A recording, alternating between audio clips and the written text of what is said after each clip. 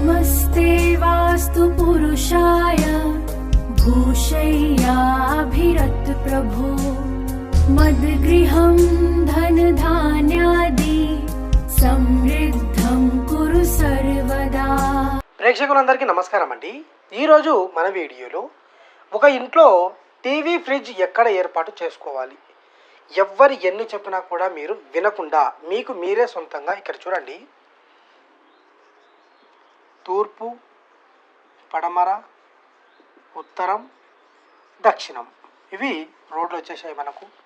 దీంట్లో first TV, మనం గత వీడియోస్లో కూడా చెప్పుకున్నాము, టీవీ అనేది తూర్పుకి ఉత్తరానికి మాత్రమే ఉండాలి. మీరు ఎక్కడైనా ఏర్పాటు చేసుకోండి, ఈ భాగాలలో ఎక్కడ ఏర్పాటు చేసుకున్నా ఏం కాదు, కానీ మీరు చూస్తున్నంతసేపు మీ ముఖం అనేది ఉత్తరానికి తూర్పుకు మాత్రమే ఉండాలి. ఎందుకు? తూర్పులో సూర్య భగవానుడు ఉంటాడు, ఉత్తరంలో కుబేరుడు ఉంటాడు. వీళ్ళకు మనం రెస్పెక్ట్ ఇవ్వాలి. మర్యాదపూర్వకంగా మనకు ఆయురారోగ్యాలు ఈ ఇంట్లో ఉండాలి అంటే ఇది కేవలం నమ్మకం అండి. నమ్మకాలపై ఆధారపడినటువంటివి శాస్త్రాలు అని గత వీడియోస్లో కూడా చెప్తాను, మళ్ళీ చెప్తున్నాను.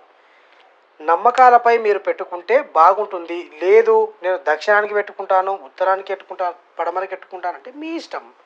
పెట్టుకుంటే బాగుంటుంది అని చెప్పి శాస్త్రం చెప్పారు తప్ప పెట్టుకోకుంటే మనకు అది అవసరం లేదు. పెట్టుకుంటే బాగుంటుంది, బీ పాజిటివ్ అంతే.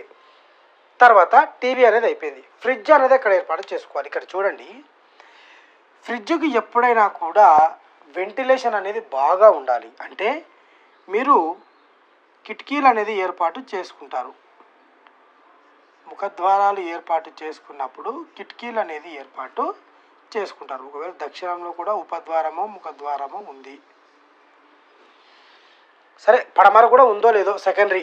ఇది ధనదా గృహం, మీరు మర్చిపోయారేమో, మన ఛానల్లో కూడా వీడియోస్ ఉన్నాయి చూడండి. తూర్పు, ఉత్తరం, దక్షిణం ఇలాంటి ఇంటిని ధనదా గృహం అంటారు. మరి ఈ ధనదా గృహాన్ని ఎలా ఏర్పాటు చేసుకోవాలి? కింద కామెంట్ బాక్స్లో వీడియో ఇస్తాను, లింక్ ఇస్తాను, చూడండి. ధనదా గృహాన్ని నిర్మించుకుంటే అద్భుతంగా ఉంటుంది, అద్భుతమైనటువంటి ఫలితాలను కలుగజేస్తుంది. అయితే మీరు ఈ ఫ్రిడ్జ్ అనేది ఎప్పుడూ కూడా, కొంతమంది ఏం చెప్తున్నారంటే కలర్స్ అంటున్నారు, తర్వాత ఎక్సెట్రా ఏదేదో మాట్లాడుతున్నారు. అవన్నీ కూడా మీరు పట్టించుకోకండి. నేను అందుకే థంబ్నెయిల్లో కూడా పెట్టింది, ఎవ్వరు ఎన్ని చెప్పినా ఇది పాటించండి, చూడండి. ఎందుకంటే గతంలో కూడా ఈ ఫ్రిడ్జులు పేలిన సందర్భాలు ఎన్నో చూసాం మనం ఇళ్లలో. దీనికి వాస్తు గీస్తూ ఏమీ లేదండి. దీనికి మీరు ఎక్కడ మలుపుకున్నా ఒక సెకండ్లో అయిపోతుంది, కాబట్టి అవసరం లేదు. కేవలం మీరు పాటించేది ఏంటంటే వెంటిలేషన్ పరంగా మాత్రమే. ఒకవేళ మీకు ఈశాన్యం సైడ్ పూజ గది ఉందంటే ఇటు సైడ్ పెట్టుకోండి, కిచెన్కు దీనికి మధ్యలో ఉంటుంది. లేదు ఇటు సైడ్ పెట్టుకోండి. లేదండి మాకు అక్కడ హాల్లో సిట్అవుట్ ఏరియా అంతా పెట్టుకున్నామంటే ఓకే, కిచెన్లోనే ఈ విండో దగ్గరైనా పెట్టుకోండి. అంటే నేను ఎందుకు చెప్తున్నానంటే విండోల దగ్గర పెట్టుకుంటే దీనికి వెంటిలేషన్ అనేది ఫ్రీగా ఆడుతుంది. ఈ వేడి అనేది ఇంట్లో నుంచి మొత్తం బయటికి వెళ్ళిపోవాలి. ఒక కిటికీ దగ్గర ఏర్పాటు చేసుకుంటేనే అద్భుతమైనటువంటి ఫలితాలను కలుగజేస్తుంటాయి. అద్భుతమైనటువంటి ఫలితాలు అంటే ఏమిటి? చెడు ఫలితాలు మన ఇంట్లో జరగకుండా. చాలా ఇళ్ళలో కూడా ఇలా వేడయ్యి కొంతమంది ఏం చేస్తుంటారంటే కిచెన్లలో వెంటిలేషన్ ఎక్కడ కూడా లేనటువంటి ప్లేసెస్లో, అంటే మాకు ఇక్కడ ఈ ఫ్రిడ్జ్కి మేము పెట్టుకున్నామండి, మాకు కిటికీలో గట్రా పెట్టుకుంటే మాకు ఇంట్లోకి ఎంత ఇబ్బంది అవుతుంది, దుమ్ము వస్తుందని చెప్పి కొంతమంది ఏం చేస్తారంటే ఒక సైడ్కు ఉంది కదా అని చెప్పి, అంటే స్విచ్ బోర్డులు అక్కడ ఉన్నాయి కదా అని చెప్పి తీసుకెళ్ళి కిచెన్లో పెడుతుంటారు. కిచెన్లో పెట్టుకోవడం తప్పు కాదు, కానీ దానికి సరైనటువంటి వెంటిలేషన్ లేనటువంటి ప్లేస్లో పెట్టడం తప్పు అంటున్నాను. ఫ్రిడ్జ్ అనేది వెంటిలేషన్కి అనుకూలంగా ఎక్కడైనా పెట్టుకోవచ్చు, నైరుతిలో పెట్టుకోవచ్చు, వాయువ్యంలో, పూర్తి ఈశాన్యంలో పెట్టకుండా కొంచెం ఒక 2-3 భాగాలు వదిలేసి ఇంకా మీరు ఆగ్నేయంలో ఎక్కడైనా పెట్టుకోవచ్చు, మీ ఇష్టం అది. దీనికి ఎలాంటి రిస్ట్రిక్షన్స్ లేవు, కానీ సరైనటువంటి గాలి వెలుతురు రెండూ ఉండాలి. మెయిన్గా గాలి అనేది ధారాళంగా ప్రసరించాలి, ఫ్రీగా ఉండాలి.